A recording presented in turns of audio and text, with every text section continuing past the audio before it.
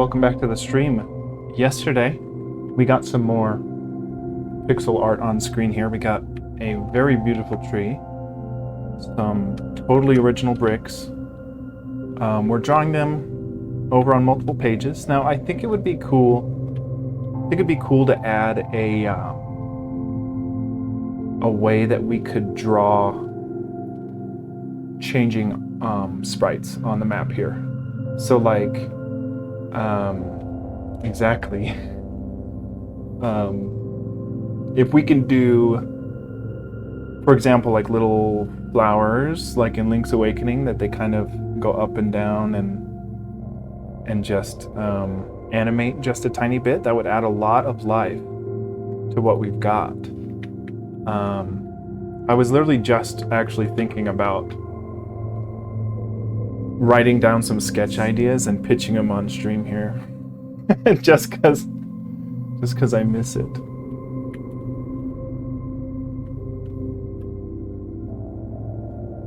Okay, this is cool. So I think let's try to get the animations working for the little sprites, and then it'll probably be until we do our entity system that we'll add the collision detecting so that we can't just monkey on a tree like this. Dude, it's weird. I think I feel unfunny as I grow older. I'm like, man, I used to be actually funny. Now I'm just old. Don't even know what I'm talking about anymore.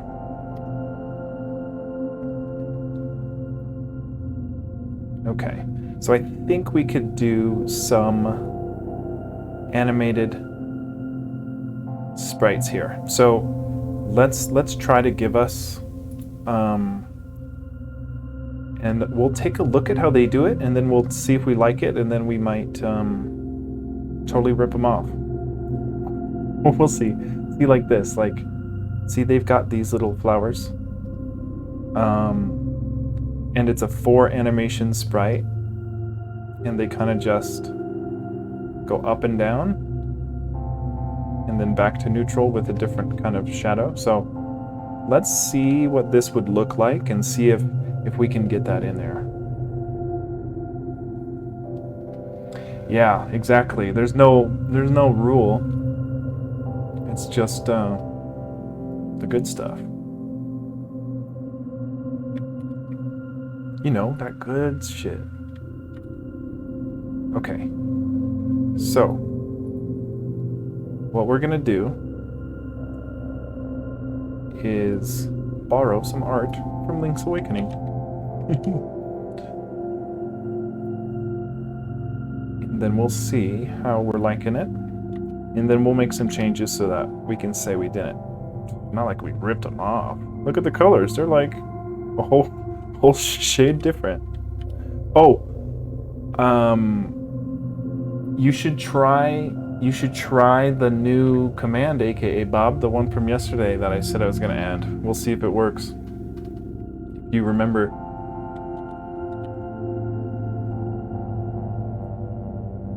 I haven't tested it because I just wrote it. Yeah! I'm so glad it worked. It would be not funny if it didn't work. Okay, so we've got 4 here. That came pretty good. Yeah, so I don't know. I don't know if there is a way to kind of get that bot to work for the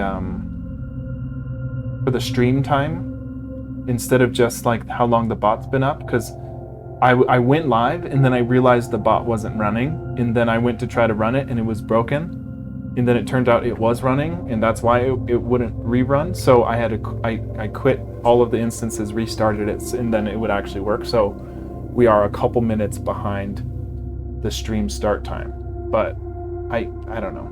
I don't know if there's a way to do it just the actual time on stream. We'll see if I can figure that out, or we'll just keep it as it is. I don't know. It's not a big deal. But Updog is where it's at. So like I heard a tip on a channel that said in your channel community chat rules or whatever, there's like chat rules for each channel or something, and you can customize it.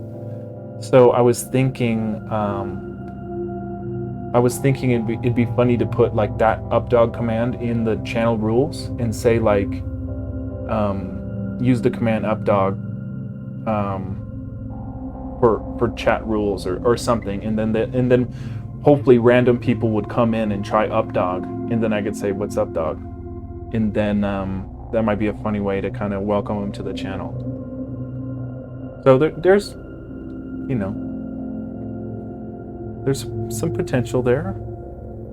Let's export this as our new map sheet. It'll be master sheet, and we'll save it here. We'll overwrite this one. Dude, I swear I did the same exact crap yesterday. Save as a PNG master sheet. Okay, here we go. Yes, replace. Okay, now we need to get the indices of our sprites. So what we'll do is we'll swap over to our. I was on the wrong window here.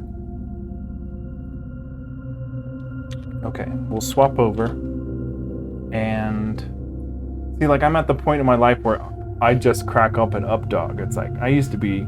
I mean, I always crack up an updog, but it's like I don't know if my threshold for laughing is lower or I'm just I think I'm more unfunny, and my threshold for funny has fallen, so I laugh about the same.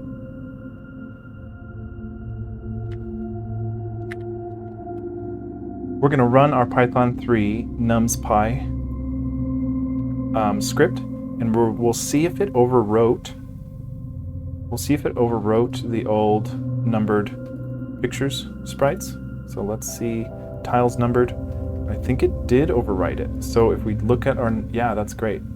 If we take a look at our numbered, tiles numbered, we can see that we're at 1012 to 1015 for all of our flowers.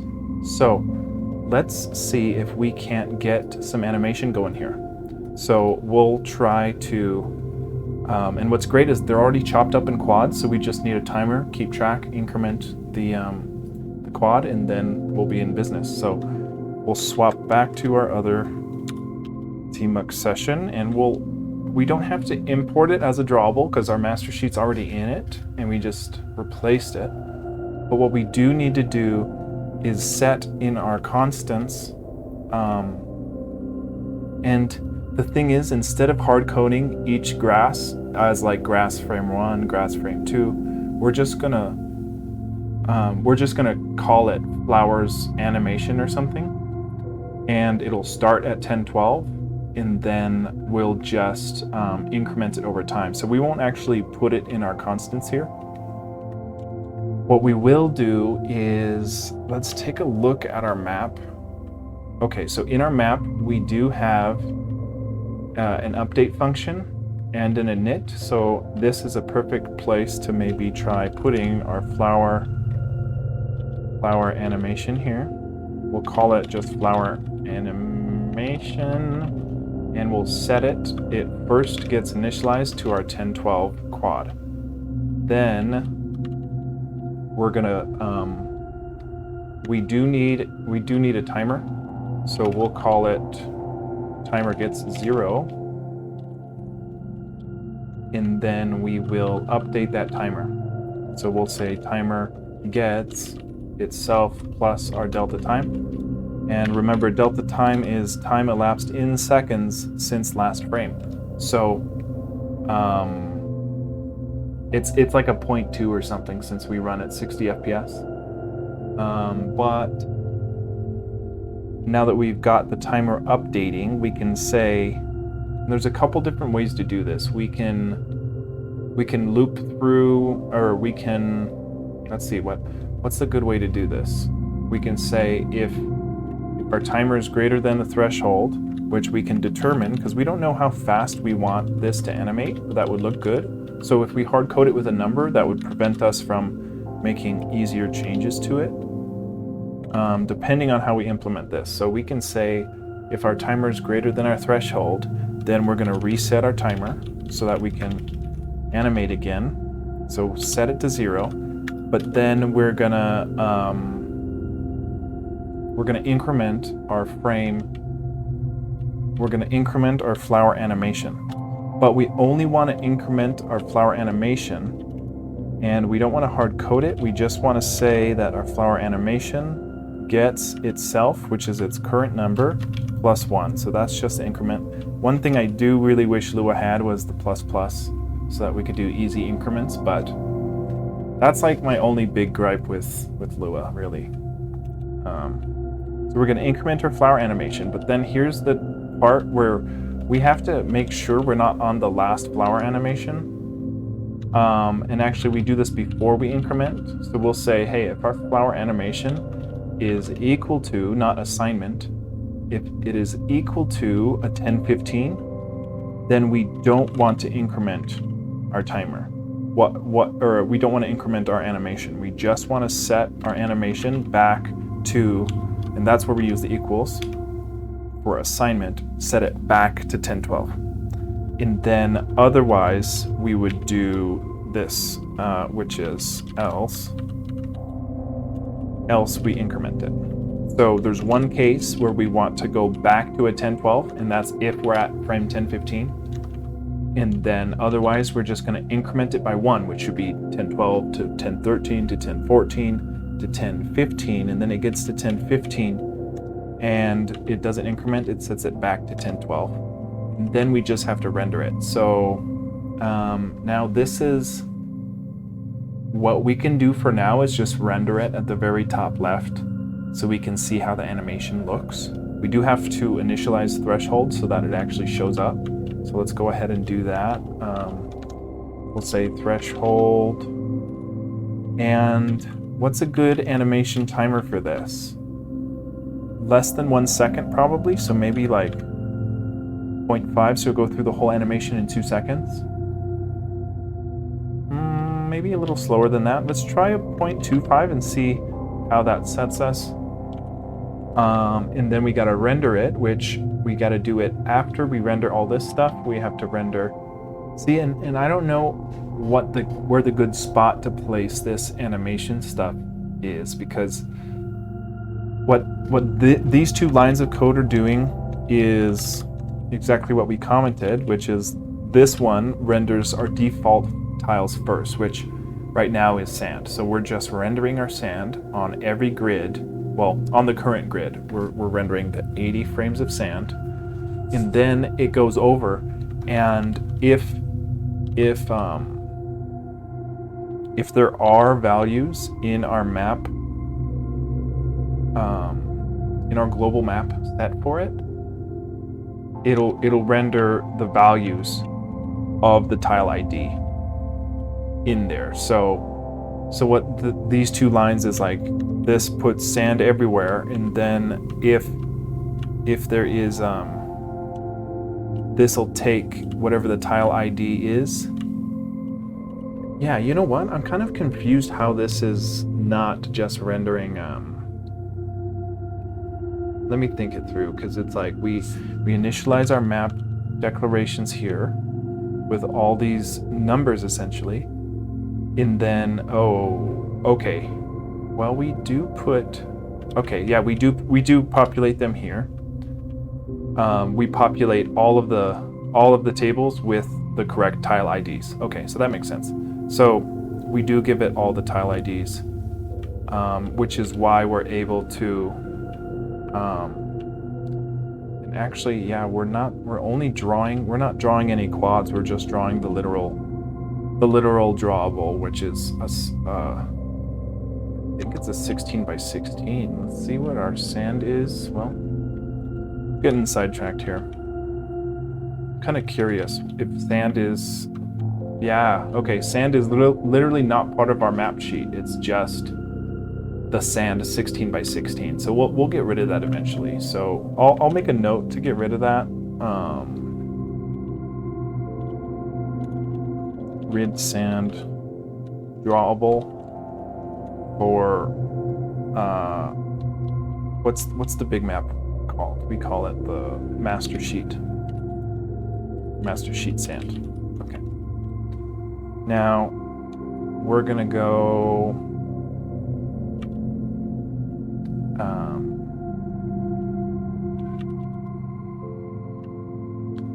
we want to render our flowers at a place where we can see. So we're going to put our flower at 0, 0, which will be the very top left. But we have to do it after we assign all this other stuff. So we have to populate our default tiles, then our real tiles that are assigned, and then we put our flower. So let's try doing that. We'll go to our map class. I don't think this code will live in the map class because it'll get really messy to render all the animations there.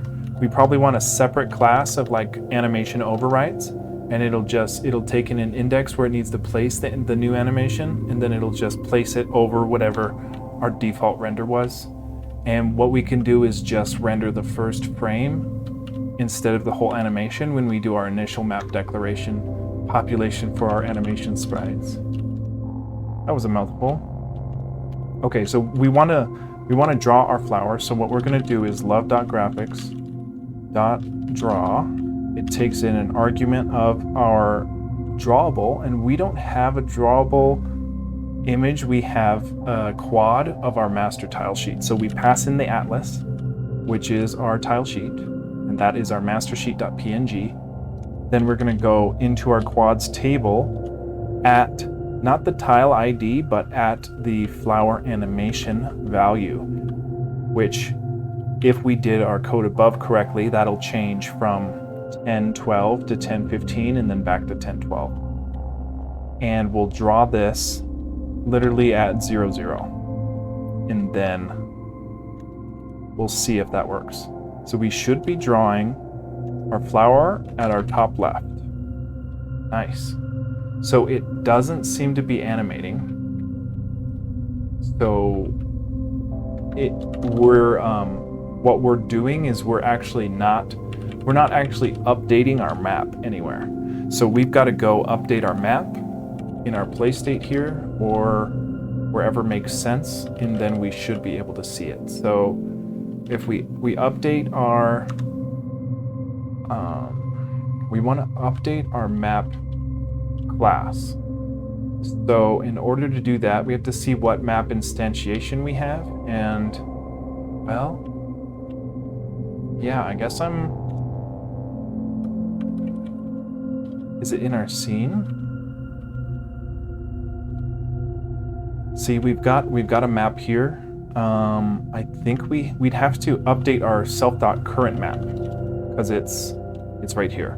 So we'll do this here in our scene update. So what we can do is we can take our current map and go ahead and update it with delta time, and then hopefully it should animate. So here in our scene update, and then, you know what, we're not running any scene update function. Let me just check that our play state is updating our scene, and it is. So we should be okay to just put our map update here. So what, oh my goodness. Okay. So what we're gonna do is take our self.current scene, which is a map object, and it's not current scene, it's current map? It is current map. Okay, so whatever our current map is, we're gonna go ahead and update that with delta time, and then that delta time is the parameter that gets passed so that we can actually change the animation quad for our flower. And we'll make sure this is spelled right. And then now that we're updating our current map, maybe we'll see an animation, and we don't. Current map is a table value. We have to update. So we call the update function, pass in delta time, and then we should work. Yes. Oh, cute. Yeah. It's the little flowers. I don't like the speed, should be a little slower, right? So we can go into our threshold here, and let's just do a 0.1, or it would be longer. We'd want longer. So let's just try 1. No, let's try 0.75, and we'll see how that looks. So we'll give it a 0.75. You know, that's looking good. Maybe a tiny bit faster. I don't know, it's hard to say. That's kind of a decent speed. So the problem here is we are updating our quad number, which allows us to draw the animation, but we're using a different green. Our green should be the same color green we've got here. So let's make sure we've got that before we do anything else, and then we'll worry about other stuff. So we're gonna take our green here, and this is the green we want. And then we're gonna save as a master sheet PNG, overwrite it, and then we're good to run our game again. And we should have the updated green. Love dot. Cool. Okay, and then let's put this at 2-2 just so we don't have the border there. So what we'll do is we'll just put this at tile size. 2-2 was like the row column, but 1616 is the actual pixel number for, well, okay, cool. So yeah, now we've got little animation. So now the question is, how do we put effectively one value into our map declarations table, and how do we get that to produce an animation like this? So we want it as simple as our map declarations, which is all we do is say grass, or all we say is dirt path. But that dirt path object is getting this animation. In our case, it'd be the flower getting the animation. So how do we do that? How do we essentially just give it the one value here, but update the map into the different frames so it can render all the different frames? So we could add a field to our map object that maps to every index and say that it gets in either static image or an animated image, and if it's animated image, it cycles through a certain amount of frames. We could do that. What else could we do? Because if we take a look, like, so right here, our map is just a 2D array. So we give ourselves an empty table, we populate each row with an empty table, and then we populate each square of our 80 with certain values. So yeah, how would we update it so that we can just put one value here and have it animate? That's the tricky part here. So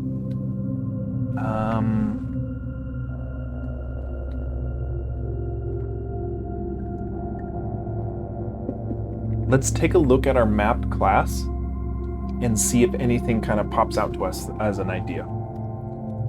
So we'll go, we've got our map. Now, I don't like the idea of putting the animation code here because it's going to bog up our map render. What we really want to do is have a tile ID for a certain member that changes. So maybe certain tile ID starting points we know are an animation, and we just trigger through, and that tile ID. Let me think. Gosh, yeah. How would we ensure that we reset tile? Yeah, that's tough.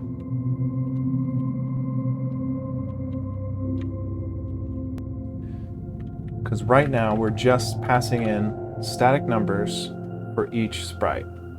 We want to be able to pass in a variable that changes into the map. Okay, so maybe in our map declarations, maybe we turn our map declarations into a class so that we can update time through our map declarations. And instead of passing all uppercase constants, we pass in variables like we passed in our flower animation.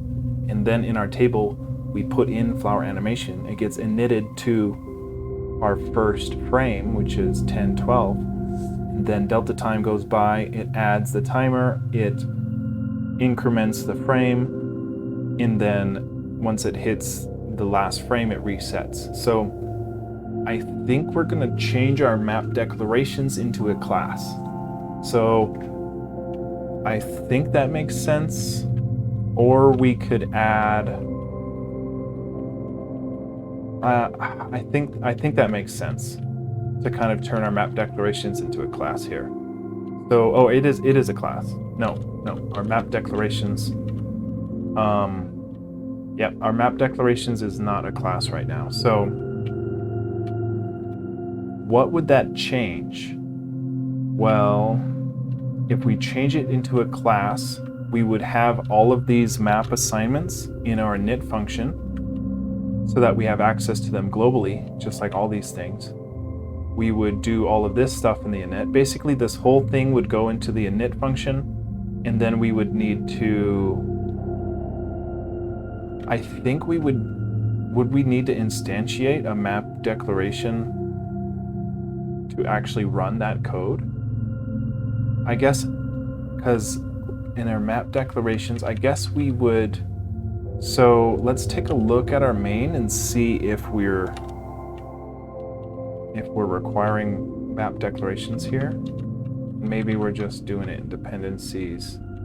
Yeah, so in our dependencies, we require that. So I think since it's not a class, it just knows all of these global constants, but if we turn it into a class, and maybe we don't even need to, yeah, I think we do need to turn it into a class because we ultimately need to update it over time to get those animations working.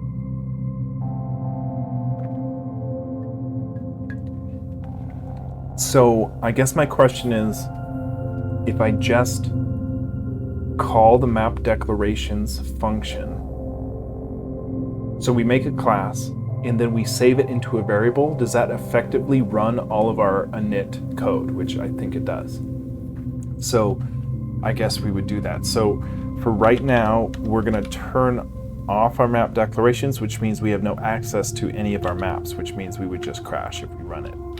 But what we're trying to do is go into our map declarations, and instead of having it empty like this, we're gonna say, and this is how we do a class in Lua, we're gonna say map declarations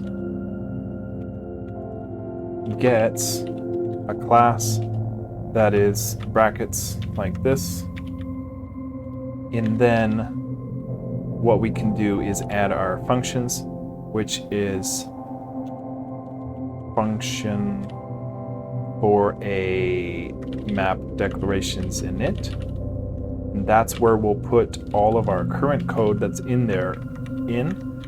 And then we have to remember to instantiate an object of map declaration type, because I think that's what will run all of the init code. So the first thing we'll do is just put all this stuff in our init, and then we will instantiate a map declaration object in our play state or somewhere that makes sense. Probably in our main even. We can just go to our main, we can say, hey, in our love.load, let's just go ahead after our main stuff here, we're going to go ahead and give us a map declaration object. And that gets a map declaration instantiation just like that. So now this variable, I'm thinking that since we call this function, since we call this class, I'm hoping that the init runs all the code so that we still have access to our maps, and that if we run the game, it wouldn't crash. So let's see. Okay, so map declarations is a nil value. Now, the thing is, we're not requiring this in our dependencies. So, what we'll do is just require it, because it's in our folder there. Okay, so it looks like it worked. It looks like our init has all of that data. So let's go ahead and try. Let's go ahead and try to go to our map class. Now we're going to take everything we already wrote for our flower render, and we're going to move it to our map declaration init. So we'll go here, we'll put in our flower animation variables. And then, see, it makes a lot more sense to me to do this all in map declarations because we're trying to modify the table. Okay, so, oh, fuck. Yeah, this is different.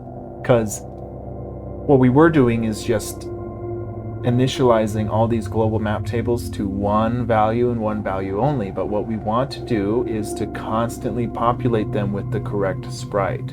So our game will run so much more code every second because we have to animate and reassign every frame, whether or not it's animating or not. So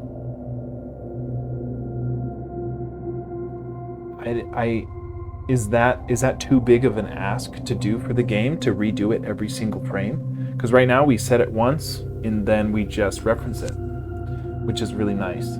So maybe there's a different way. Maybe there's a way that we could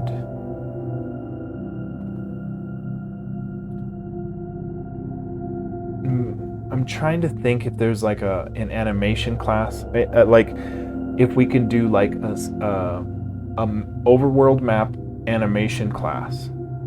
And what that will do is it takes in whatever current map we've got, and it takes in an index of where we are, and then it'll place whatever variable.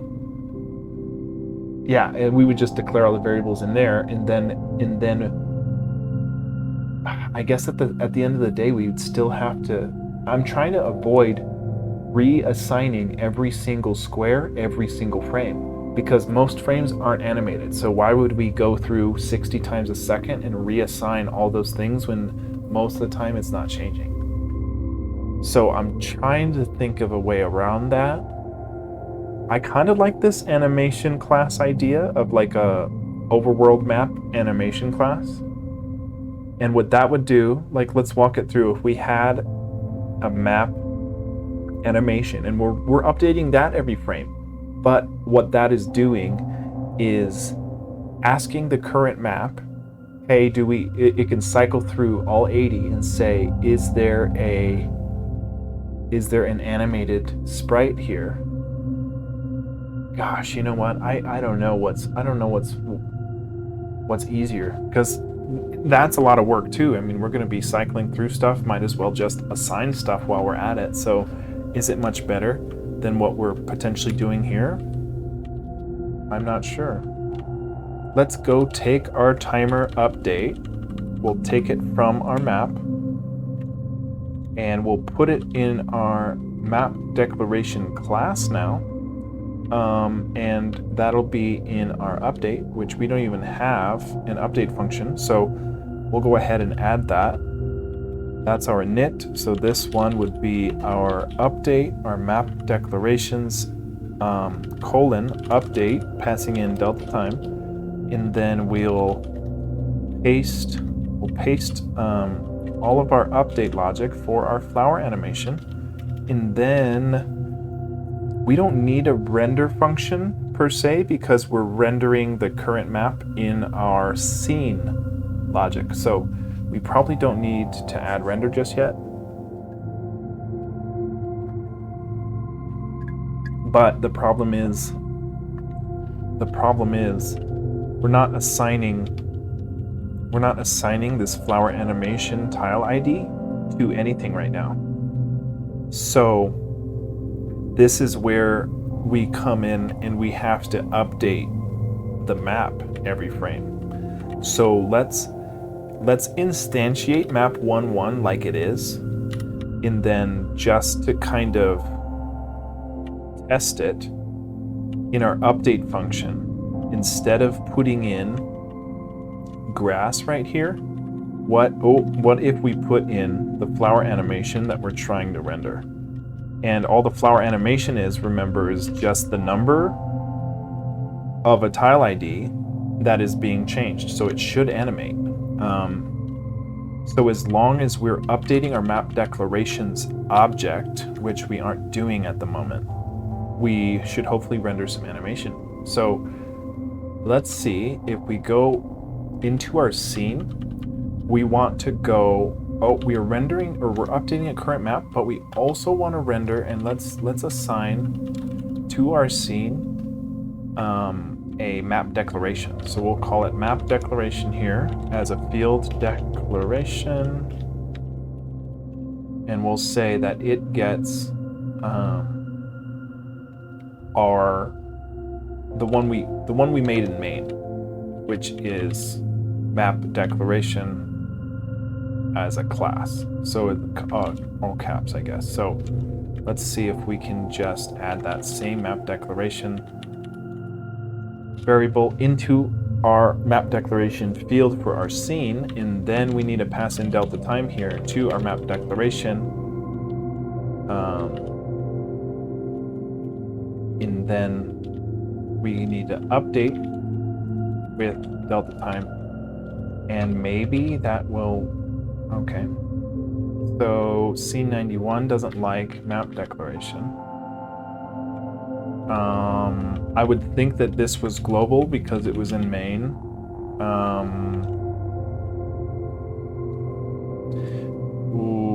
What if we take it out of main and we just put it in our scene class in the init so that we for sure have access to it?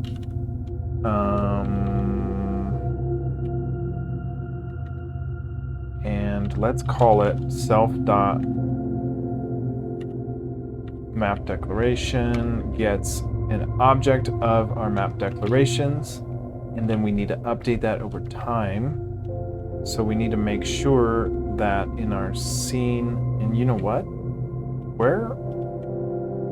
That's our init. Where is our update? There's our update. Okay, so we're updating. Okay, let's see if that does it. Nope. Map 12. For limit must be a number. Map 12.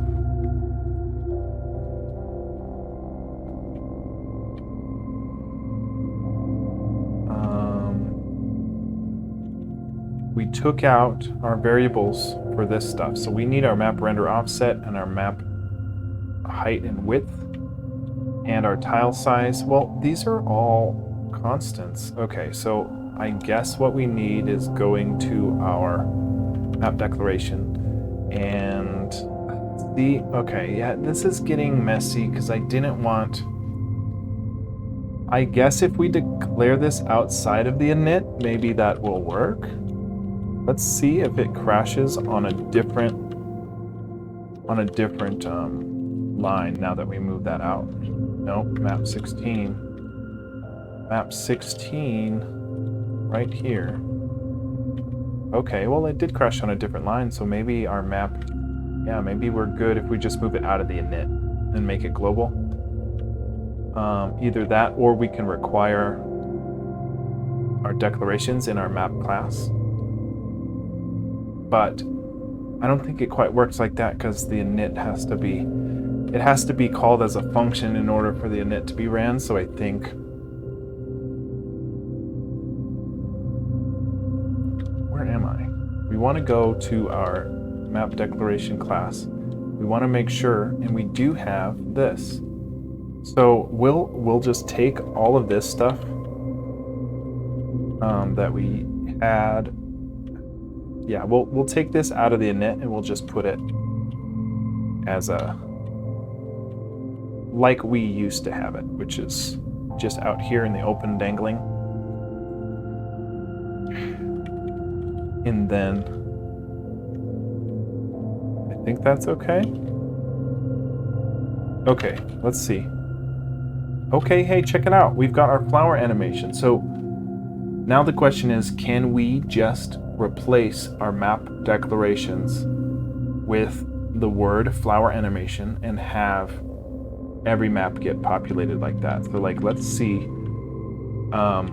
let's see here. Like let's skip a couple tiles and put in another flower animation. And that's in the update function because we have to update that quad. We are not rendering it, so it isn't as simple as I thought. So like we instantiate it here once with no flower, and then we update our map declarations table to be this flower animation number. So as long as we're updating our map declaration instantiation, we should be rendering that flower. So let's go to our scene and we'll see we are updating our map declaration right here, map declaration. But this needs to be a class, no? Like it needs to be a, oh, no. Why did we do that in a finish? Okay, yeah, why did we do that here? We need to do this up here. Okay, we do it up here. Okay, how did we, I don't know how we jacked that up, but let's see if that fixes anything, and it doesn't. Okay, so let's continue to dig around and see why. We go to our map declarations. What if we turn this back into grass? What happens? We turn it into grass, and we're still rendering it. Okay, so what we're doing is, in our map, we're still rendering our freaking flower. Oh, but... Okay, so this is interesting, because we're using our global flower animation in our map class, and it's actually working. So I was hoping that the flower animation number would get passed in as a tile ID and we would just render it here. That's not exactly happening.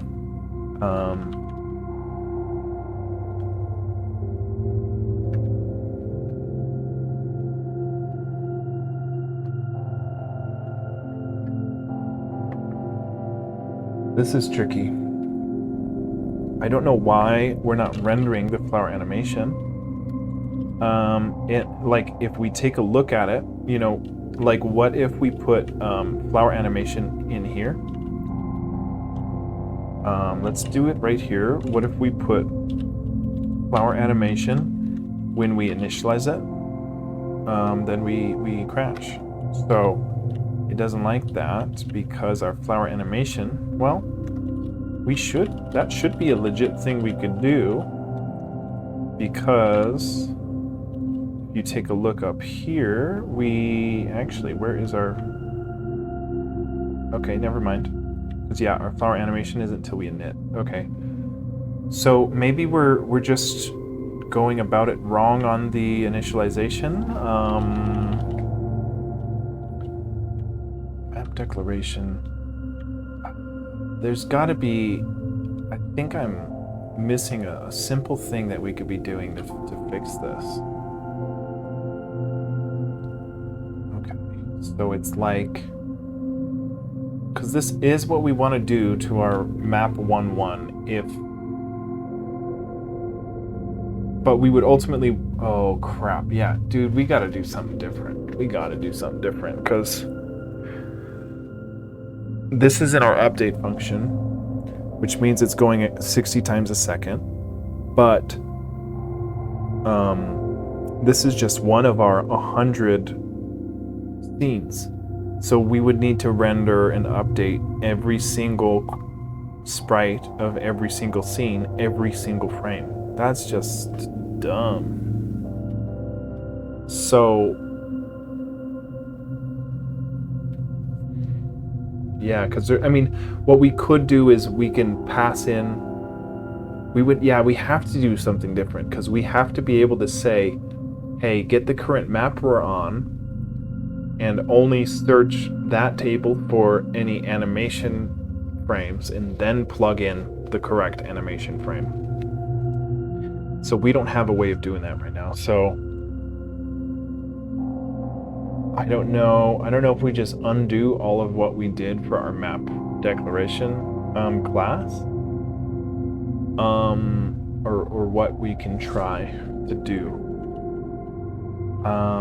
Now I know I've got a, let me just disconnect from Tmux real quick.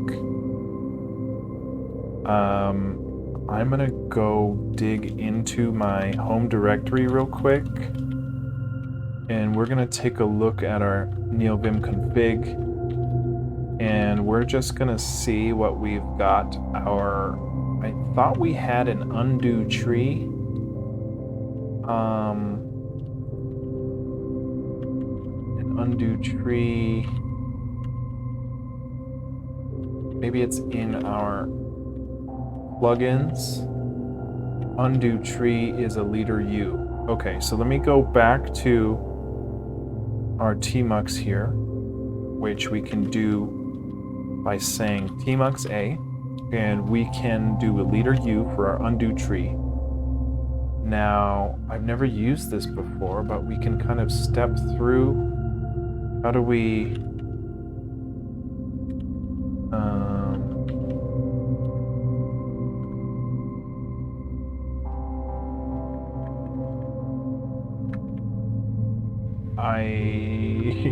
Okay, well this is cool, but I don't know how to kind of look at what changes.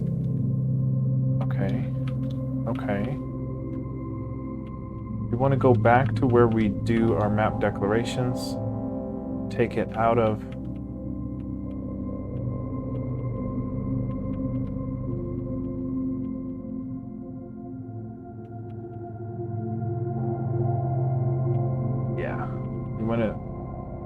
we want to keep these as constants. Okay. And then that might be okay. So how do we leader U to get out of that? Is that right? Let's see if we run it. Okay, we're not getting our flower anymore, but maybe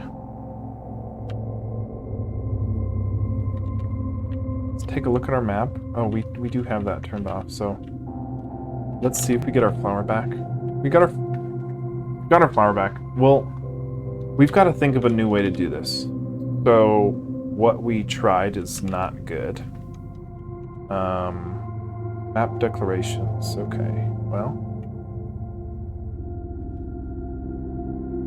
Okay.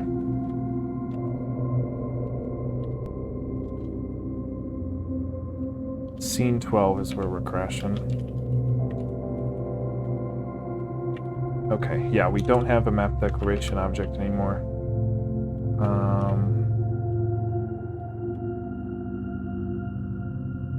We assign our next map here. Current map gets our next map. Okay, so I'm going to take out this comment because we don't need it. Now, I'm going to take a look at our get diff here. No right since change. Restate, then let me quit. Let me take a look at our get diff and see if we are missing anything. We got our flower animation.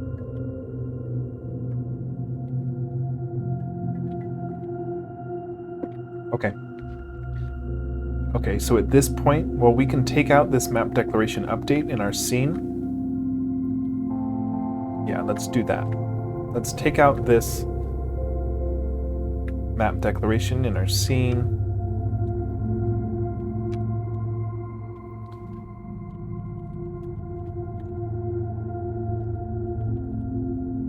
What did I just do?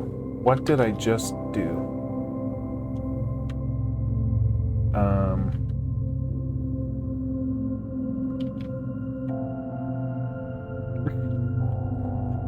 I don't know what I just did. We're going to our scene. We're going to take out that update for our map declaration because that doesn't exist anymore. We really need to think this through better.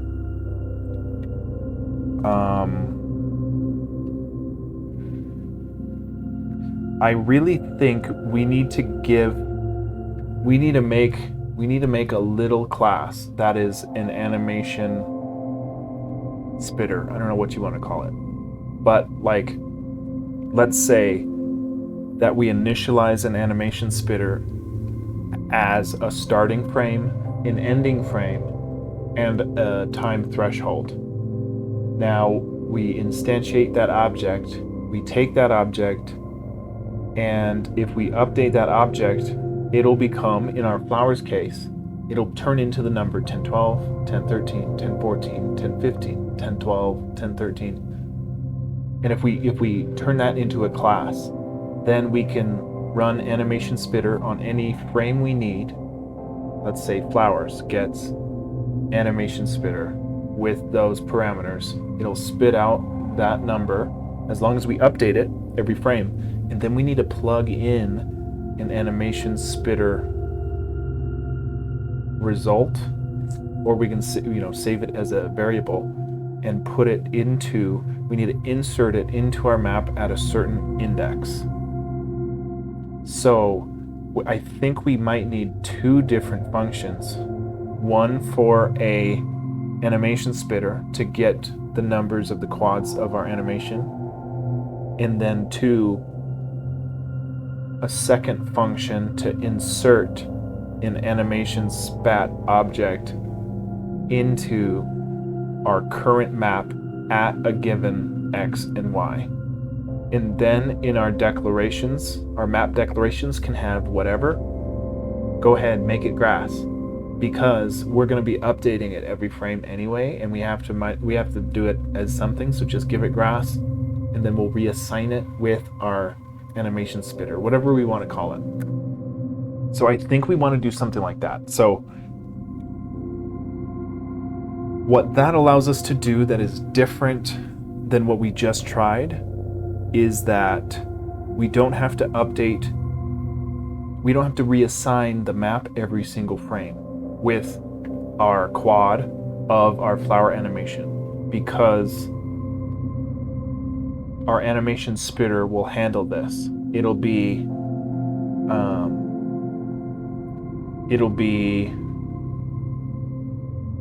cycling through. Okay, yeah. I think we should go with something like that. So I guess a good next step is to be, let's write this animation spitter class. It takes in a couple parameters, starting sprite number, ending sprite number, timer threshold. And what it does is it returns a number of whatever current quad it's on. And once we can debug and print and make sure that's working, then we need to write a new function that takes in a current map or a map instantiation, and then it reads its row and its column to insert a quad, a tiles ID, into the map object. So let's double check our map instantiations or class, so that we can see if we're potentially messing up something here. So this is good, because it's good we're not updating this, because what we can do is we'll pass in our animation spitter into our map update, and that will return, maybe not, maybe we don't put it there, but okay. I think we're on to the right track now, because what we don't want to do is we don't want to keep track of all the different variables and manually render them like this in our map class, like what we're currently doing. So we don't want to do that. I think it'll be much cleaner if we do something like this animation spitter. So I'm probably going to call it animation spitter, because that's what it is in my brain now. So let's do that. So let's go walk through how to make a new class. So we've got a class here. I'll %sign in our netrw to make a new file, and it'll be called animspitter.lua. Okay, now we need to initialize it as a class. I guess initialize is the wrong word. We need to declare it. We'll say that our animspitter gets a class, and then we are allowed to write functions for it here, and it'll be animspitter init, And we'll need some parameters. For right now, it's going to be blank, but we'll add the parameters. And we'll need an update function. So we'll pass in update delta time, and then we'll go do our render function. And I don't know if we won't need a render function. Let's leave it out for now. We don't need it because all this class is going to be doing is spitting out the quad of whatever stuff we pass in. So what parameters do we need? Well, we need a starting quad. We need an ending quad. And then we need a timer threshold.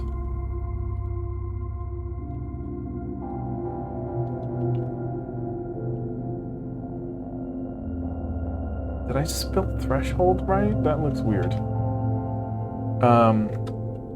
So what we need is what we'll do. Oh my. Okay, we'll put in. We'll say starting quad gets the starting quad parameter, ending quad gets our ending quad parameter, and our self.timer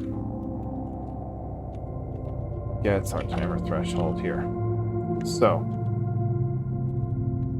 that's all good. So now what we want to do is we would need a current frame, right? Because it's going to be spitting out, it's going to be returning this value of whatever the frame is. So we'll default it to starting quad so that it's at least the right frame if something, I don't know, goes wrong. We'll initialize it as the starting quad, but what we need to do is we need to increment it based on the timer. So what we'll do is we need a okay, so this maybe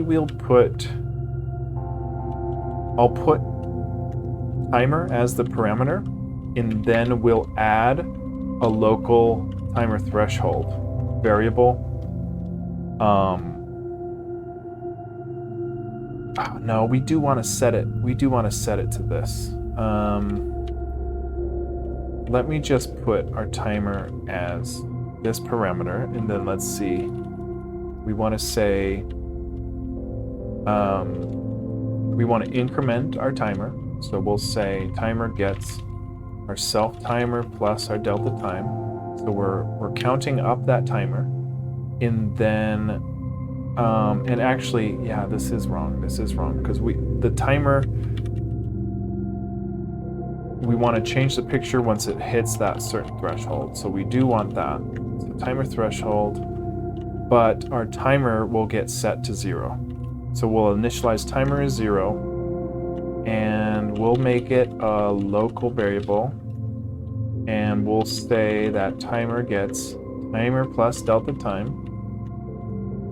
And we'll say if our timer threshold, and this is where we'll put our timer threshold, self.timer threshold gets our parameter we passed in, and we'll take timer is incremented, then we'll say if self.timer threshold, actually if just the timer is greater than our self.timer threshold, then we want to increment the frame. But if we want to check first if our self.frame is equal to our ending quad, which is our self.ending quad, then we want to reset it back to starting quad. So then we'll say, then our self.frame gets assigned our starting quad, so we don't accidentally update past the legal animations.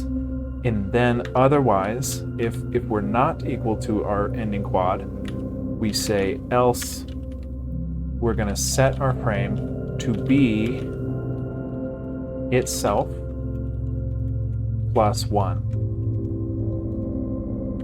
And we need to reset the timer every time we pass our threshold. So we say timer gets reset to 0. Every time we're past the threshold, then we change our frame. And then what we need to do is, you know what? This doesn't even need to be a class. This can just be a function. So we'll just write this function. Yeah, this doesn't need to be a class. Yeah, it doesn't. It doesn't.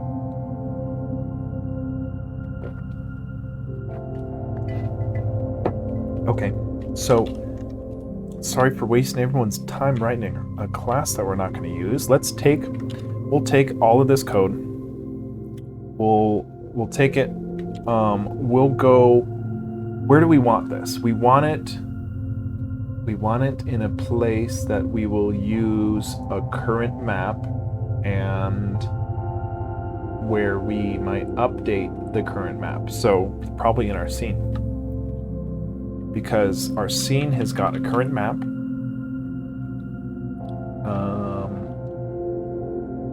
So yeah, let's do it here. So we've got a bunch of different functions here already, but let's see. So here's our init. So here is where we'll put in our anim spitter. So we'll put, oh God. Dude, I just deleted all of our anim spitter.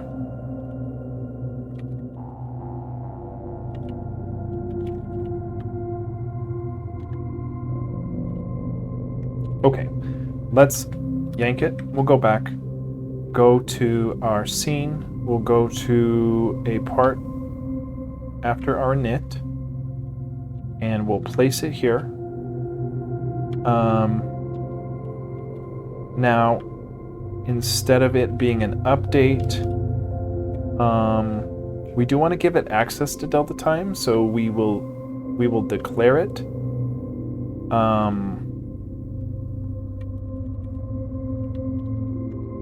I guess, like, let's walk through like the fake use of it, right? So like we would need to say, hey, flowers, which is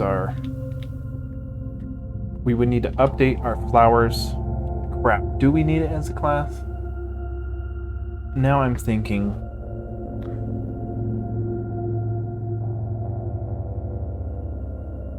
we just need to call the function every frame, passing in delta time. So we would say flowers gets our anim spitter function, and we pass in delta time every frame. So it would be like, parameter. This is 10:12 starting frame, 10:15 ending frame, and then our timer threshold, which is a 0.75. And then we store that.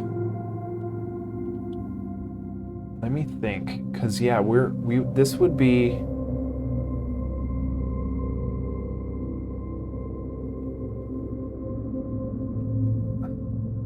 I don't exactly know, but we'll see if this spits out what we're hoping. And we'll, instead of this init, we want a declaration of the function. So we say function gets that, and instead of, oh crap, I feel like we do need a class. Shit, man. I think we do need a class because there could be multiple anim spitters for each frame, and we need different variables for each one, so we might as well make it a class. So we can undo tree again, or we can just undo. Okay, so there is our, let's see if we've got our anim spitter class. Okay, let's keep going with this. I think this is okay.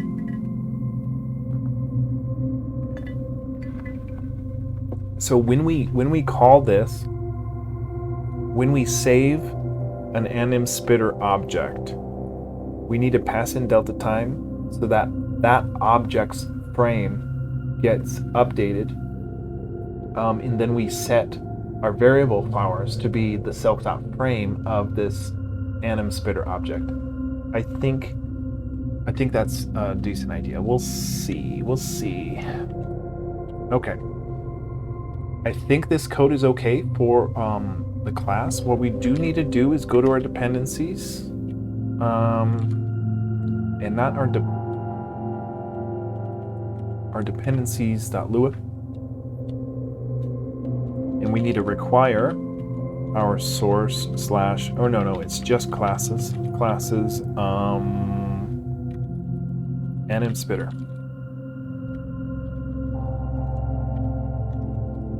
Okay. Let's see if we crash. We crash on scene 86. Oh, we got that back. Scene 86. So we can say 86. And we can nix it. And map declaration on 86. Dude, I just deleted you. What are you talking about? Okay, you're fine. That's what I thought. Okay, so we're not crashing. We've got an anim spitter class, but what we need to do is save a local variable and see, like, where do we do this depending on what frame we're at, depending on what current frame we're at, we might need an anim spitter object or not. So there's multiple things I'm kind of thinking. It's like either we put it in our scene and have our anim spitter spit it out every frame. See, that's so stupid. We don't want to put it in our scene because if we don't need a flower, we don't want to be spitting out and updating the frame every second. So it's like we need a way to. Oh my gosh, why is it so tough?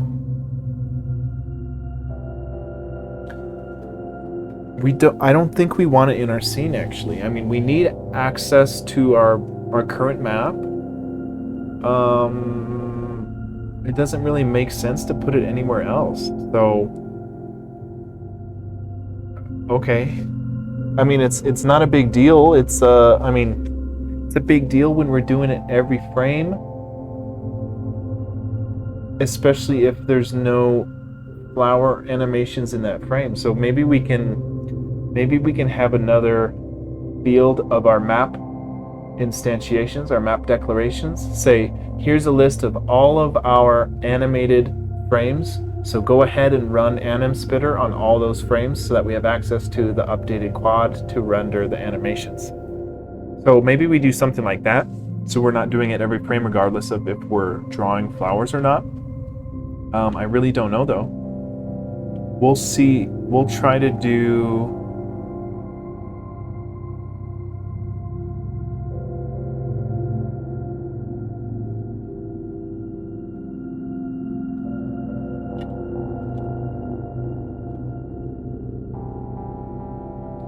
We'll do it in our scene for now. So in our scene, for right now, we'll just put it in our scene init. I don't like that idea, but we'll just do it. We'll call it a self.flowers, and we'll say it gets an anim spitter object instantiation. Now we need the starting quad, the ending quad, as well as a timer threshold, which is a 0.75. So that's the initialization. Then we need to update our self.flowers here in the update function.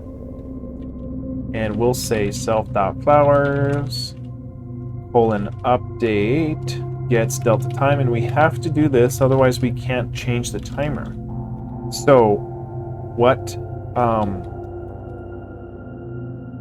we need now is to go through and we could manually assign whatever index we want to be this flower animation quad. But what I'm gonna do instead, what I'm gonna do here is we're gonna render our next map, and then I want to print the flower quad to see if that's working. So I just want to say, here, if actually right here we'll say love.graphics.print, and we'll say testing so we can see, and we'll just say 0 0 and make sure we can see this. Global timer. Why we need to go? We need to harpoon our anim spitter. So what we'll do is say grab string anim spitter, and we'll go snag our actual spitter class. We'll harpoon it, so we've got it here. We'll go, we'll just set this to a self.timer. I think timer might be already used somewhere. I mean, yeah, that's what the local was for, but I don't know. What we want to do here is substitute every timer for a self.timer, and we didn't substitute. Substitute timer for self.timer. And then let's see if we crash. We're crashing. Anim Spitter 13 is crashing. Self Anim Spitter, we got a class, we got to update. Okay. I don't know why we're crashing.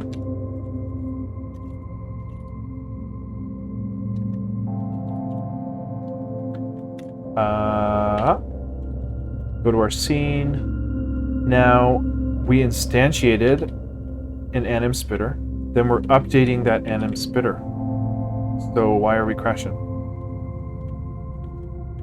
We got anim spitter, right? We got 3 parameters for our anim spitter. Anim spitter, yep. It's a class, okay, yep. We're attempt to index field self a nil value. What are you talking about? What are you talking about? Anim Spitter 13.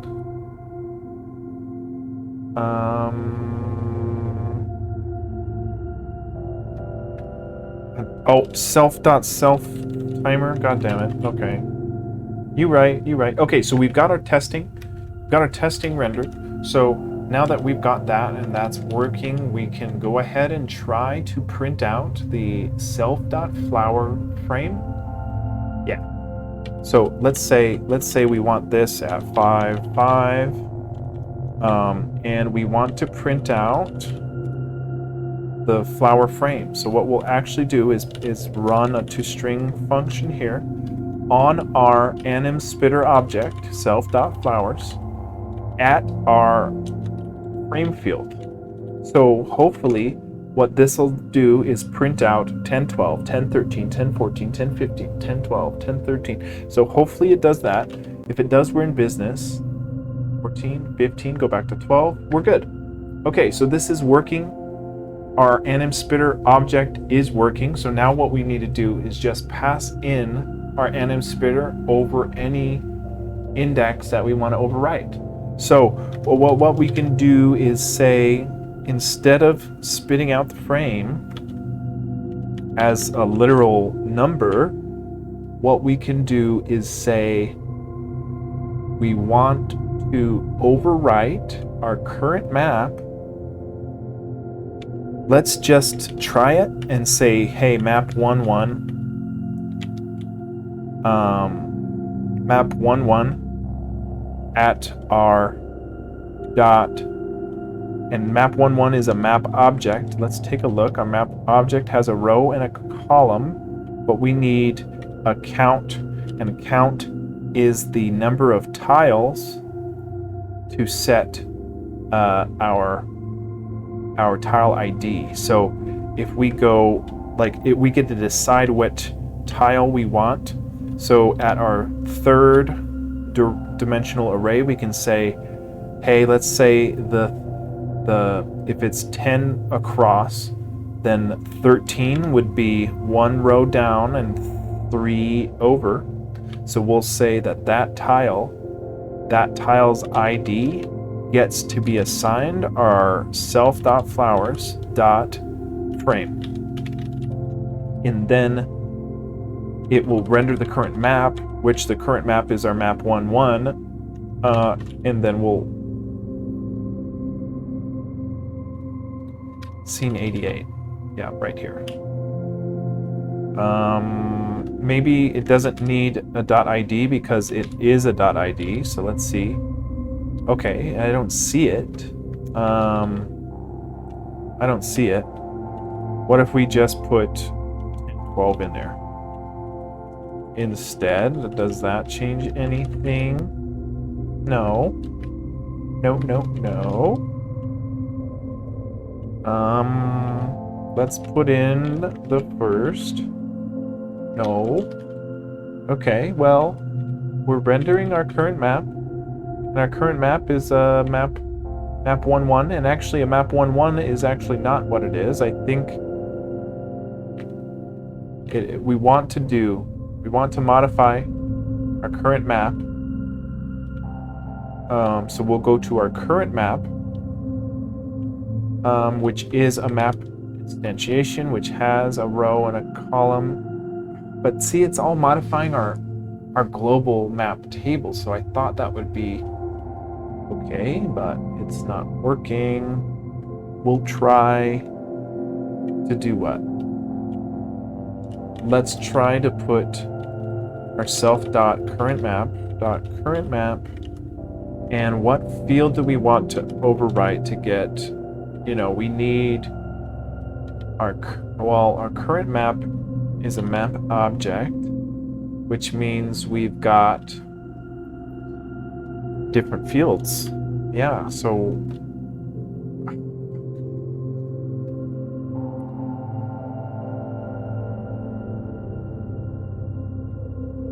we're literally just trying to put 2 flowers on the screen all episode.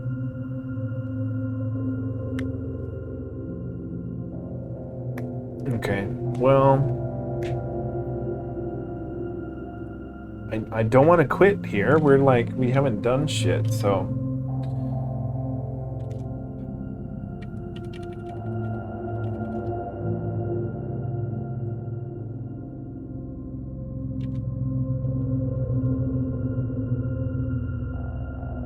We're updating our current map. We're updating our flowers anim splitter, but we need to overwrite our current map with, and for right now, our current map is 1-1, so why can't we say 1-1 at the index, which will just say 1, gets to be assigned our self.flowers.frame. Let's try that, and we should see a flower at index 1, but we don't. And if we say .id, it crashes. So what is going on? Because in order to put every frame on screen, we have a tile ID that we're modifying here. So this quads at tile ID. So why can't we say that we might need to modify our map objects.tiles. So we can say .tiles gets us a flower frame. We don't need a 3-dimensional array, we need a 2, and that'll still mess up because that'll give it, if we put in, god damn it. So we need a tiles at whatever index we want. So let's say it's a tiles, no, that's not right. Yes, it is. Let's see. Shit, man. Tiles is a nil value. So our tiles in our map. Yeah, because our tiles table. God dang it. Our tiles table here is what we're putting our table of values. And we're putting in an ID that gets. We're inserting an ID that is the quad of our map. So like all this code literally just spits out whatever number we put in our row column at whatever of 80 sprites. So that becomes an ID in our tiles table. So our tiles is a 2D array of rows and then columns. So if we say our tiles at rows and columns .id gets our self.flowers.frame, maybe that works. So we can say not our map 1.1 tiles because that doesn't exist, but it is our self.currentMap tiles, and it is a current.map tiles at whatever row we want, and whatever we'll just do 1.1, and we'll assign that to be our self.flowers.frame, which should overwrite the ID, and it doesn't because our local tile is a number value. Attempt to index local tile at map 38. So map 38 is where we're crashing, and we can't index a tile.id because it is a nil value. So we're overwriting it as not a number. What is it not liking there? Do we need to say .id? Overwrite the ID? Yeah, maybe that'll work. So we've got this. We've got an NM spitter, which right now we are just willy-nilly updating.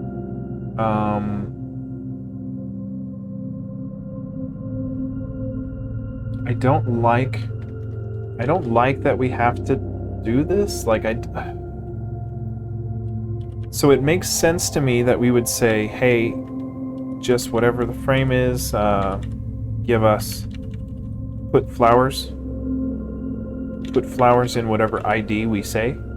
So what that allows us to do is to add more. So like we can say, okay, well, what if we want flowers right next to that one? And we can say, okay, well, one frame over, also give us flowers. So we're able to insert more flowers, which is nice. We don't have a way to offset them at the moment, which might be nice, but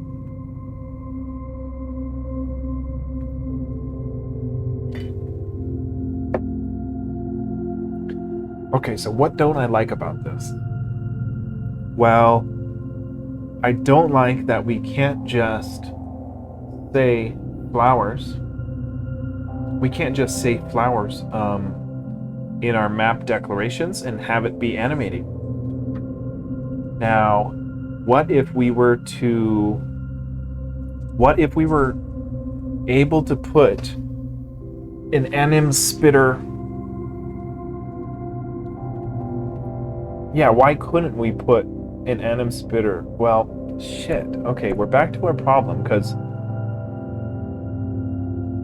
let's say we put the self.flowers.frame into our map declarations so that, hey, we just say draw flowers and then they move. Well, they'd only move if we're updating our map declarations every frame, which is a bit overkill. I mean, right now, all we're doing is overriding the one index that we know we want flowers at. So that's better, right?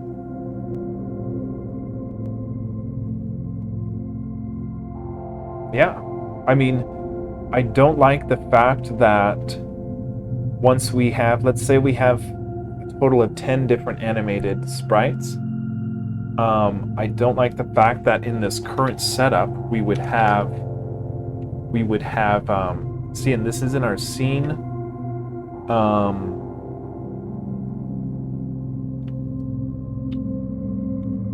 We might have up to 10 different anim spitters, initialized, and then we'd have up to 10 different ones being updated every single frame. So we would have, these will be all updated, and then we'd have to manually overwrite every, oh god.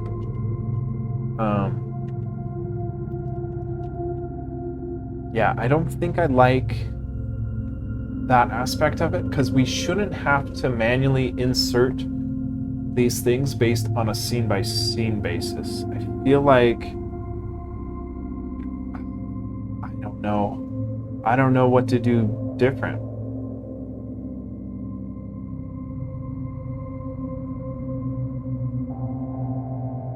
This works. I mean, I don't like the idea that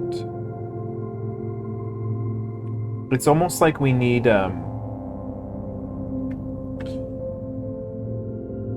it's almost like we need specific frames in our oh god.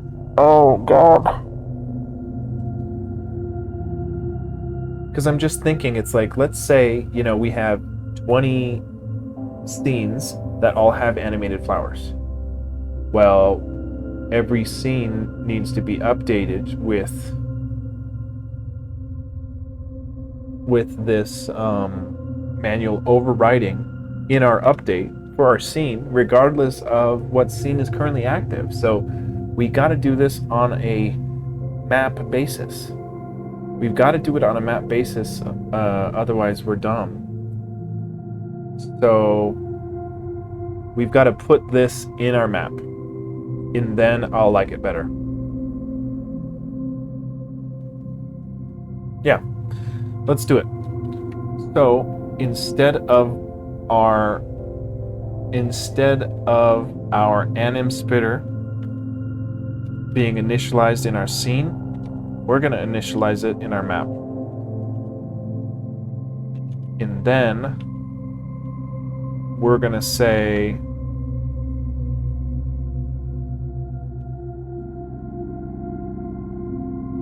instead of updating it in our scene, we're going to update it in our map. Now we still need to update our map. I don't think we're updating our current map. Wait, no, yeah, we are. But that doesn't do anything at the moment. Well, we'll see. We'll see if we've got it.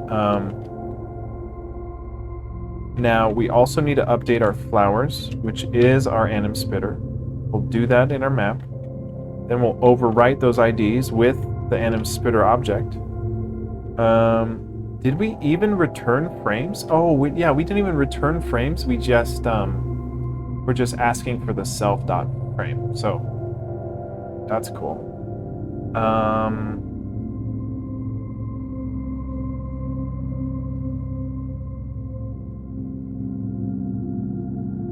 Now, I guess I don't know if we've got to do... Let me see. If we go back to our scene, we've got... Do we have any references to our anim spitter here? So any flowers, we've got that we're not needing. Do we have any anim spitter? No, we don't. Okay, so our anim spitter is out of our scene. Let's go to our map. We've got an anim spitter for our flowers in our map. In it. That's fine. Then we're updating it to get the new thing. Okay, so then I guess the question is, I still don't like the idea that we have to manually assign these every frame.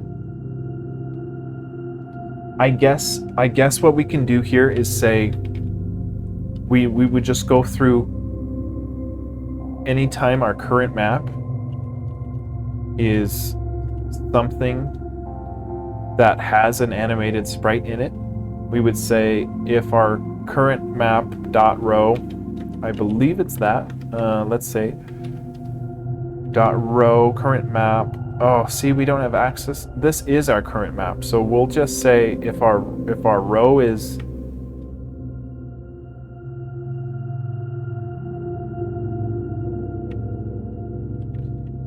it's almost like we gotta just say if our row is 1 and our column is 1,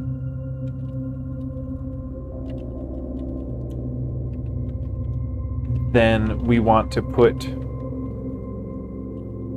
the overwrites for that map right here.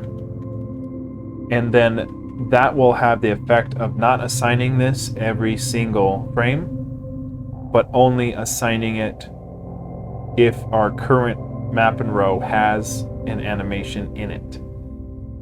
So I like that a little better. It's gonna be gross because let's say we have 50 scenes with animation, and that's gonna balloon up. But it's really not bad, and we don't want to do our current map.tiles, we want to do our self.tiles now. And I believe if we do our self.tiles, then we're still rendering everything at a tile ID. The tile ID is being manually manipulated right here by our anim splitter. So that should work. Mother map 26. We're not updating our map, I don't believe. So let's see if our play state has a current. No, yeah, dude, we're rendering our current map for sure. Let's search any map instantiation.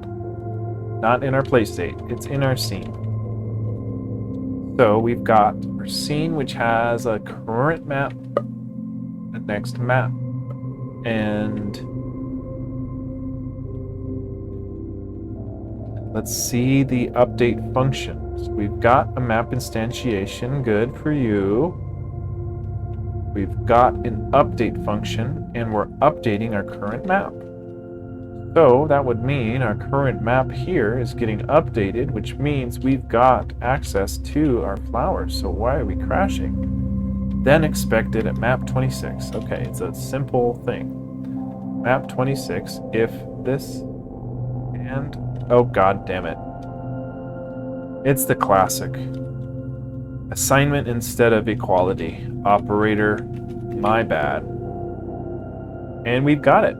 We've got our flower. So let's put our second flower right here. So if this is one, we want to go to our tiles. So our tiles table this would be 1, 2, 3, 4, 5. So it'd be tiles 5 at 1, 2, 3, 4, 5. 5, 5 to put flowers right where I'm standing. And okay, so what this gives us, nice. Oh, I like it. I like it. So what we have the ability to do now is make multiple sprites for animation. We can put those into an anim splitter in our map init so that we have access to a variable that, when updated, will give us the animation sequence for that given sprite. Then, on a scene-by-scene basis, we update only the tiles that have an animation in it. We only update those tiles every frame. Otherwise, we're just instantiating the map declarations once as is, and then any frame that has an animation, we go manually overwrite our tile ID with the anim splitter quad for the given animation.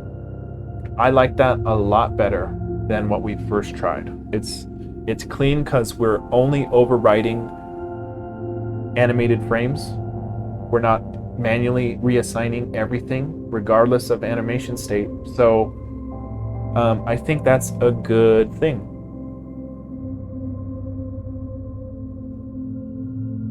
Okay. I like it. I like it, and we'll give ourselves potentially different animations, of course. You know, maybe there's like a fountain or some ripples in the water or something. I don't know. We've got to get ocean working and waves animating, but now we have a way to do animated sprites and to draw them on screen. So that's good. That's good. And we can put flowers wherever we want, which is cool, and have them move. So that's cool. The only thing I don't kind of like is that we have to manually put, hey, here's the frames that need to be animated, and we would need to do that for every single scene that has an animation. We would have to do it, and for every single animated sprite. I feel better about it that we we don't assign, we would still be asking every single frame. It's like, let's say every single frame other than 1-1, every other scene, so all 99 scenes other than grid 1-1 has animation sprites. Let's just say that's how it is. Then in this model, we would have 99 groups of code that say if rows 2-1, if rows 3-1, if rows 99-1, assign this ID, assign this animation, and we'd be asking 90 different times, hey, is self.row 1, 2, 199, all of those. So if we're not on that row, we're asking that 90 times every single frame when we shouldn't even care what's on the other screens, because our current screen is only what we need. So how do we say only update the animated tiles if the given frame has animated tiles? Like, don't bother with asking what our self.row is and for every single option. So I know there's a way to do it. I don't like the way it's set up now.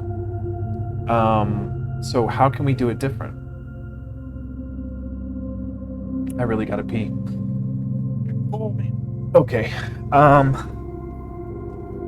gonna take a quick pee break. I'll be right back. Yeah, I'll go on.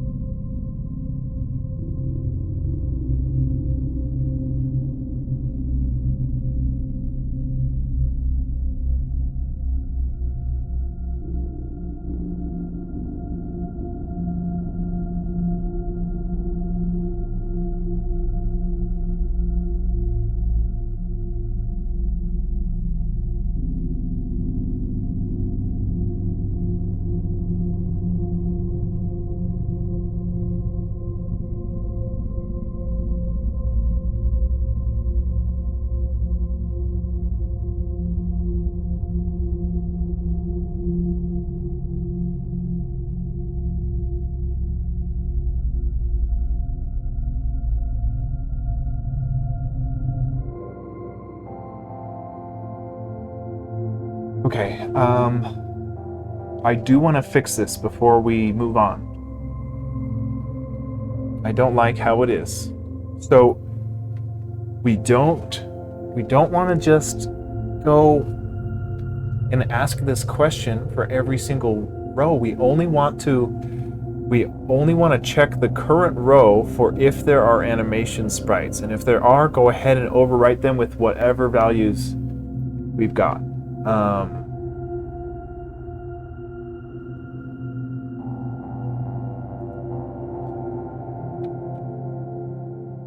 So how do we make a function for this that says maybe we have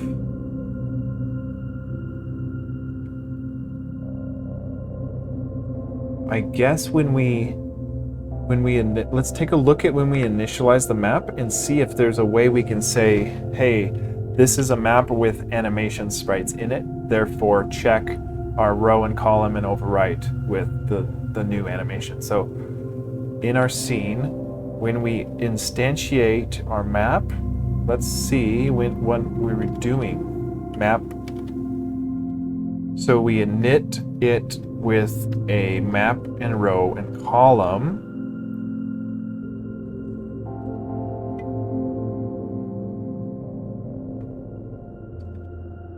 which is the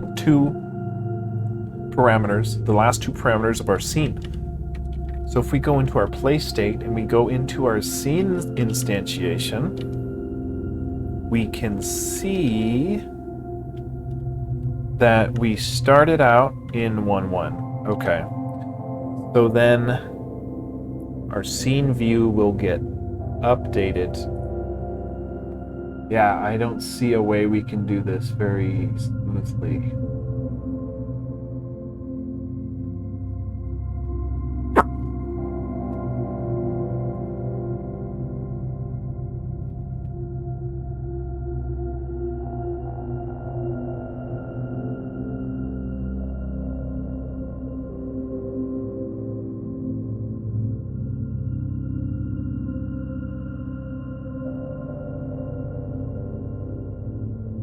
I'm kind of thinking to have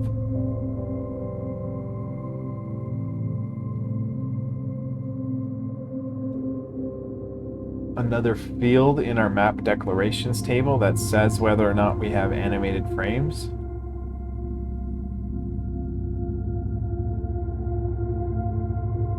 But I don't know if that is a good idea. Let's just mull over it a bit and see if we can't come up with something. So the problem is here, doing this regardless of what frame we're at.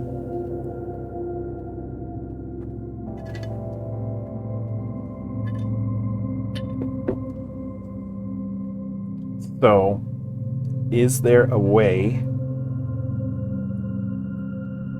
I mean, we can just make a global table that mimics our map so that we can index into it based on our current row and column, and we read the number that's in that table, and if it's a 1, it's got animations. If it's a 0, it doesn't. So we can then in our init set a variable based on the index of this. Does this map have an animation? If it doesn't have an animation, then we are animation gets 0 essentially, and we just say we don't have to ask or manually assign our rows. We do have to hold on, let me think. If we do have an animation, then we'd want to ask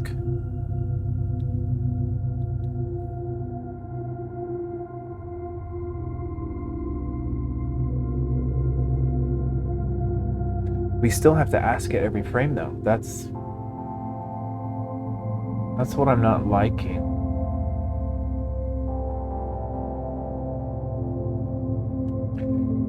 So we could figure out whether or not our current row has... Okay. So like, bear with me here. Like, maybe we say something like has animation. This is a Boolean, right? So if it has animation, then we're gonna go ahead. If it has animation, then we're gonna go ahead and assign the thing based on if it has animation, but we want to overwrite whatever our current row. Okay, yeah, we still gotta assign a bunch of random shit. Like if we've got 99 of our scenes have animation tiles, we'd have to have 99 of these conditionals. So how do we get around the fact that we don't care what's in the other rows? We only want to update our current row if it has an animation. So if we abstract this out and we know that the current map we're in has an animation, then we want to say if our because we have to overwrite it. Yeah, what if we give ourselves a function that just says put animation, or put, for right now, just put animation in our current row, or our current, put animation in our current row, current column. And then this also has another parameter that says, okay, it's at our row. It's not right. If this one has a row, then we would want to just say, just like how we've got down here, 22.id gets this. What we can do is say, hey, 222 gets a self.flowers anim spitter, self.flowers dot frame.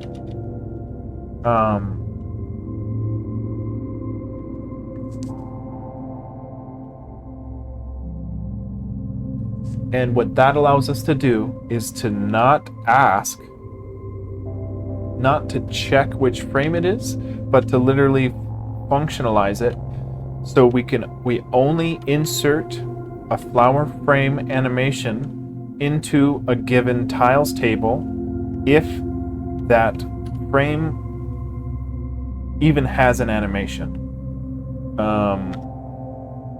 But that doesn't allow us to put unique animations at particular tiles. So that doesn't do much for us, does it?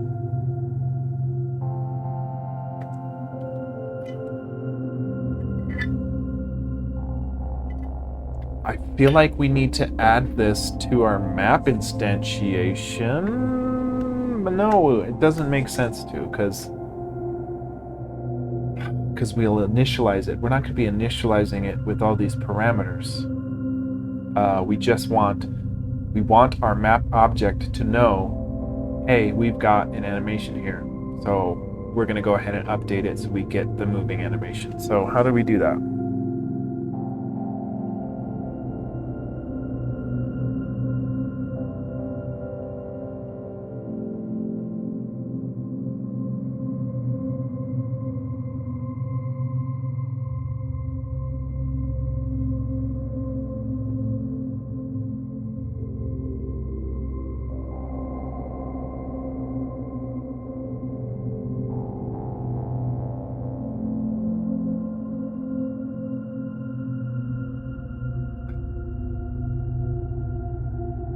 Guess it depends on when we're populating our maps and how we're doing that. So when are we populating all of our map objects? We're doing it in our scene, right? Now we populate a map object as a current map, but we're not getting anything else. So like, if we add in a parameter called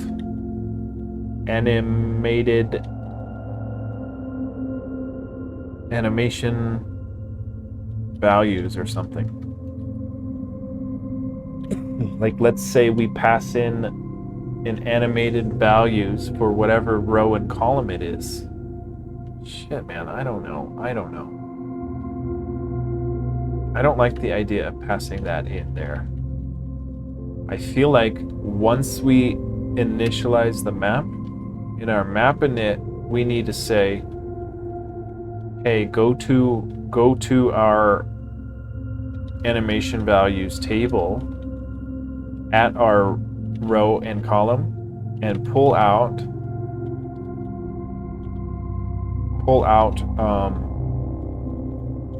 we would want the values and the values are what type of animation it is and where in the tiles table the animation is. So we would be saying something like, if we had a table called animation values and it was populated with 2 fields, or it'd be more than that because we don't want to limit the amount of animations we can have in one level. We'd want to be able to say, we would want to be able to say, go ahead and assign our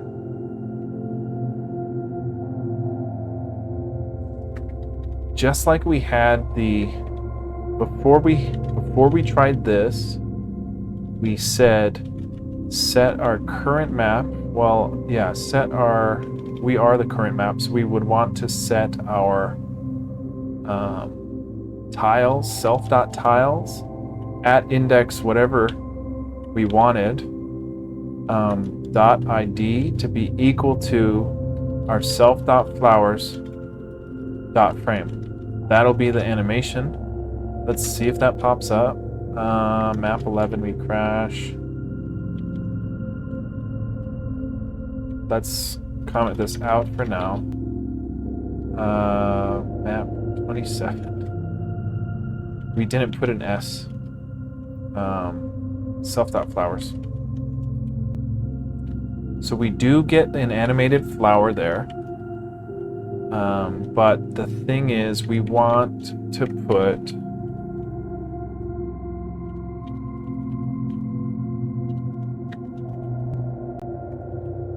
if we want to just say this map at this index has a certain amount of flower animations, we want to be able to say in our map init here, we want to say that our animation values get assigned. So how can we essentially set these in our init and then update whatever frame for our particular IDs? How do we do that?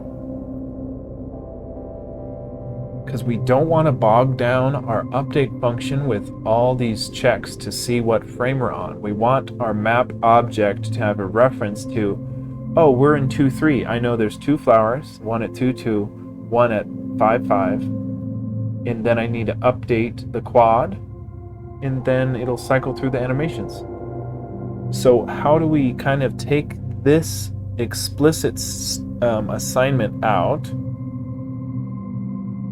and instead put this initial assignment into the init function based on values from a table that we can make, and then update the frame for those?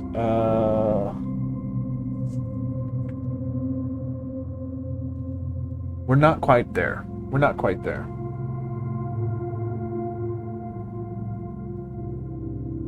I'm getting real close.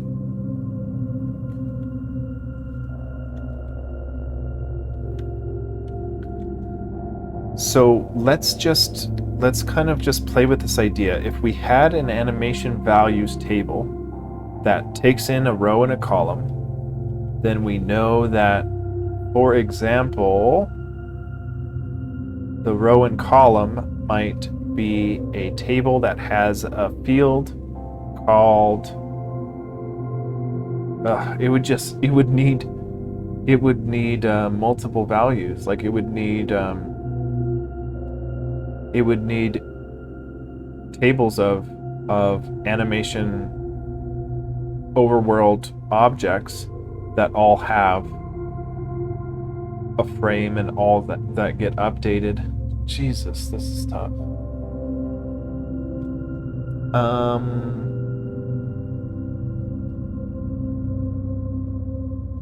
Yeah, I don't exactly know how to pull this off. Because we'd like to say, hey, go through every tile that has an animation and go ahead and render that animation at the given frame.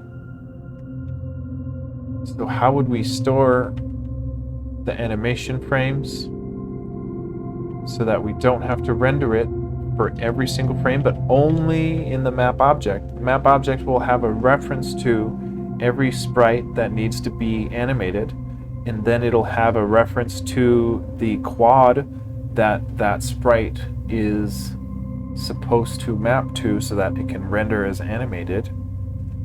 We're really close to figuring this out.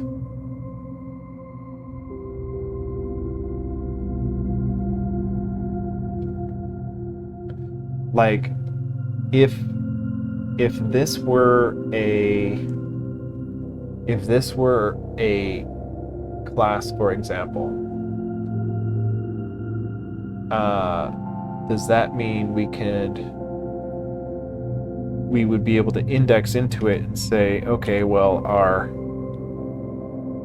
anything that has an animation, gosh dang, we would need to cycle through, get all the tiles that might have an animation, then assign it the correct frame. I know there's an easier way to do this.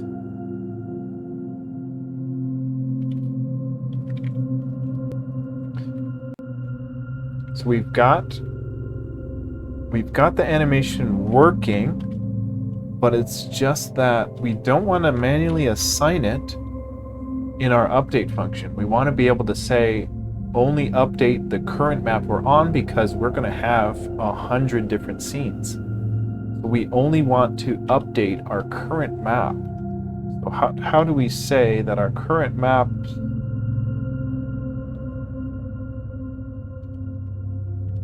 because here we are only updating our current map,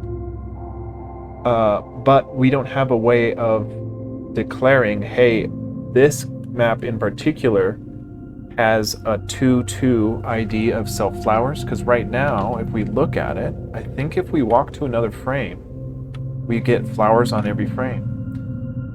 So that's what we're trying to not do. We're trying to say, hey, only assign these IDs based on the map we're currently in, not based on overriding every 2-2 and every 5-5. Okay, so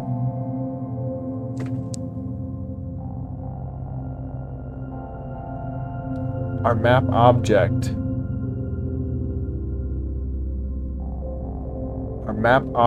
needs to hold a reference to any indexes that has an animation.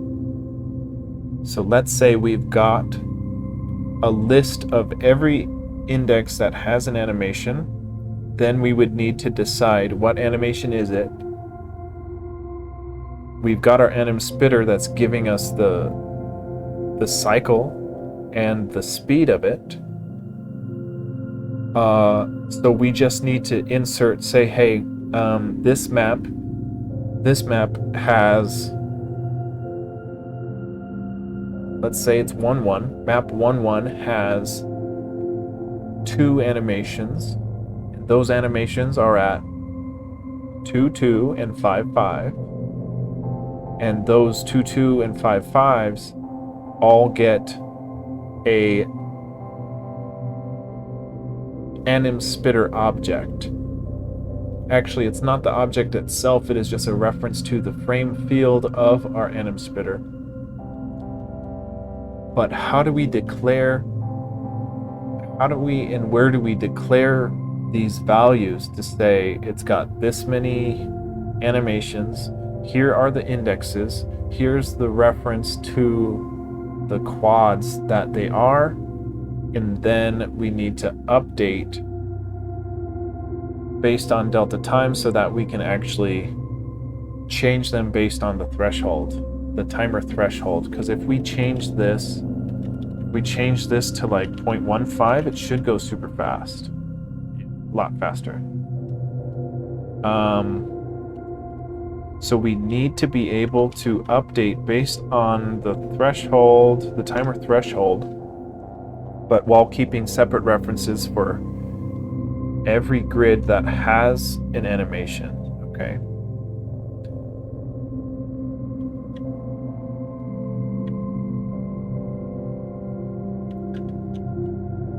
Okay, so it's almost, I feel like we do need another class because we need to instantiate each map with certain variables. So map 1.1 might have 2 objects, one at 2.2, one at 5.5. They're both of self flowers animation. And then we can update each object. On one hand, I feel like I'm thinking too much about this, but on another, I don't know what to do for this, because we need to be able to give different values for every single map. And I don't want to do this. We can't be doing this in the update function. We can't be doing it. We've got to populate a whole table of animation sprite objects, and we insert manually into every map. Hey, map 1.1 has got these amount of drops. Okay. So I'm not going to figure this out tonight, but I think I've got a decent idea. And this is exactly why we need to do it different, because we proved that when we go to another frame, we're overriding our animation for every single frame, no matter what is in there.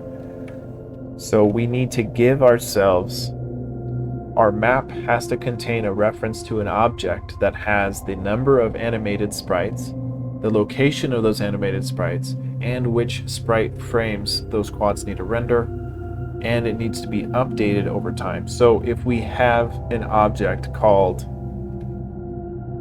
animated overworld or whatever, we've got in that animated overworld, it says, okay, well, there's 2 sprites. They both need to be updated with delta time so we can keep track and animate them. But we're only going to be rendering animated overworld sprites for our current map, because we don't want to be worried about any other frame. We only want to worry about our current scene.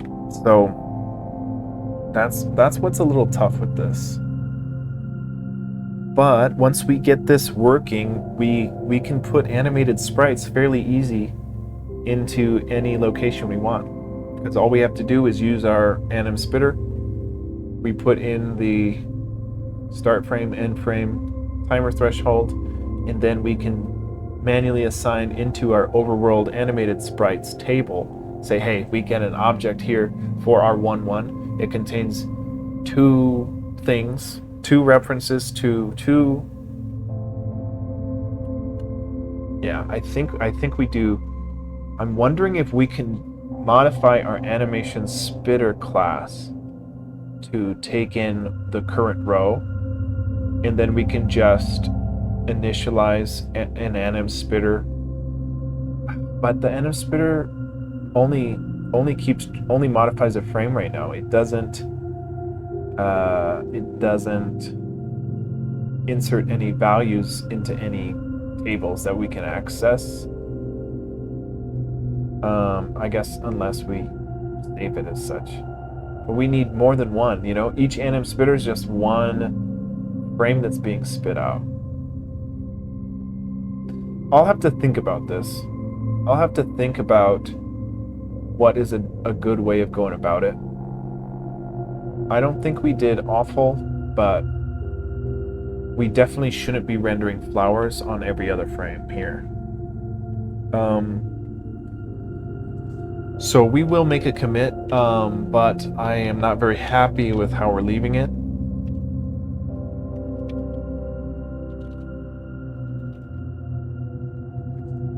Yeah, we need to do something different. What did I try to type here? Rid sand drawable for master sheet sand. Oh, okay. I get that. Yeah.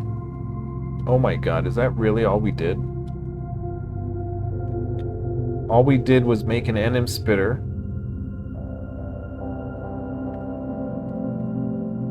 And then make one object with it. And then manually overwrite tile IDs. That's not very good. 2 hours to have like 3 lines of code and it's all jacked.